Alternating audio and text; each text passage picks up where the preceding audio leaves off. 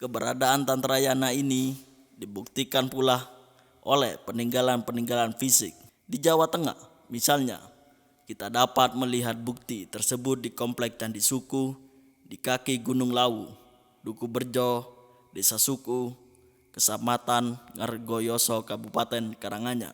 Berdasarkan tulisan Chandra Sengkala di Gapura Teras 1, candi ini didirikan antara tahun 1437 sampai 1456 Masehi.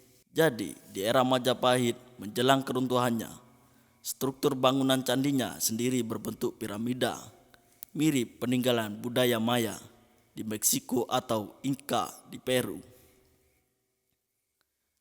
Ada yang mengatakan bahwa Candi Suku dibangun oleh pengikut Siwa, ditandai dengan relief Kidung Sudamala dan relief Linggayoni yang jumlahnya lebih dari satu. Kidung Sudamala diadaptasi dari salah satu parwa atau bab Mahabharata, mengisahkan lakon Sadewa, bungsu Pandawa, yang menyembuhkan putri seorang, Pertapa Ni, yang buta dan juga harus membebaskan Batari Durga, Dewi utama sesembahan tantris. Adapun Lingga adalah pelambang Dewa Siwa.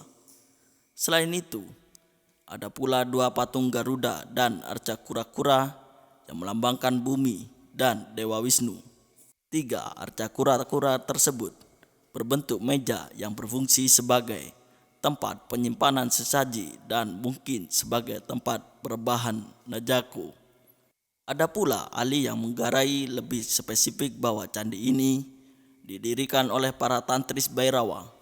Pada dinding-dinding candi terdapat berbagai relief tentang proses kehidupan dan kesuburan semesta, dari kebersenggamaan hingga proses kelahiran manusia baru.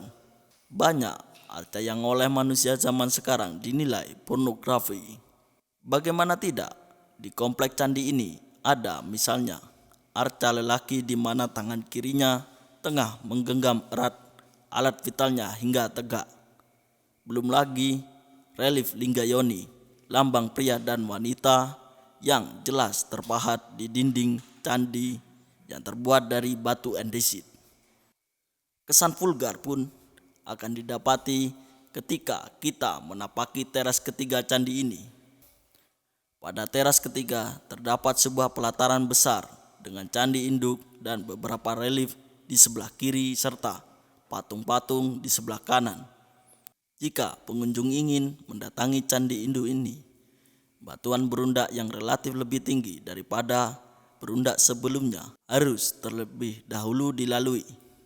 Konon, arsitektur ini sengaja dibuat sedemikian karena candi induk yang mirip dengan bentuk kemaluan wanita ini, menurut sejumlah ahli, dibuat untuk mengetes keperawanan para gadis. Menurut cerita, jika seorang gadis yang masih perawan mendakinya, selaput darahnya akan robek dan berdarah. Namun, jika tidak perawan lagi, ketika melangkahi batu berundak ini, kain yang dipakainya akan robek dan terlepas. Tantrayana pernah berkembang luas di Indonesia.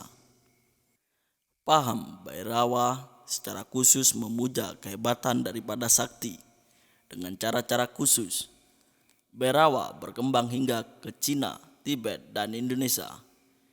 Di Nusantara maksudnya saktisme, tantrisme, dan Bhairawa dimulai sejak abad ke-7 Kerajaan Sriwijaya di Sumatera.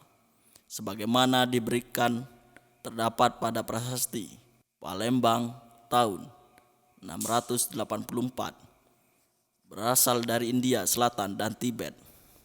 Dari bukti peninggalan purbakala dapat diketahui ada 3 peninggalan purbakala, yaitu Bhairawa Heruka yang terdapat di Padang Lawas, Sumatera Barat, Bhairawa Kalacakra yang dianut oleh Kertanegara, Raja Singasari, Jawa Timur, serta oleh Aditya Warman pada zaman Gajah Mada di Majapahit, dan Bhairawa Bima di Bali yang arcanya kini ada di Keboedan, Bedulu, Gianyar.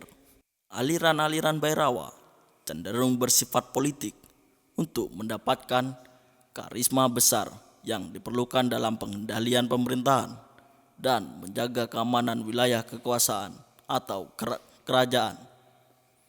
Seperti halnya pemimpin dari kalangan militer di masa sekarang. Karena itu, raja-raja dan petinggi pemerintahan serta pemimpin masyarakat pada zaman dahulu banyak yang menganut aliran ini. Rakyat Indonesia yang terdiri dari bermacam-macam suku sejak dahulu memeluk agama yang berbeda-beda. Tantrayana adalah suatu aliran atau sekte yang pada masa lampau pernah cukup banyak pemeluknya.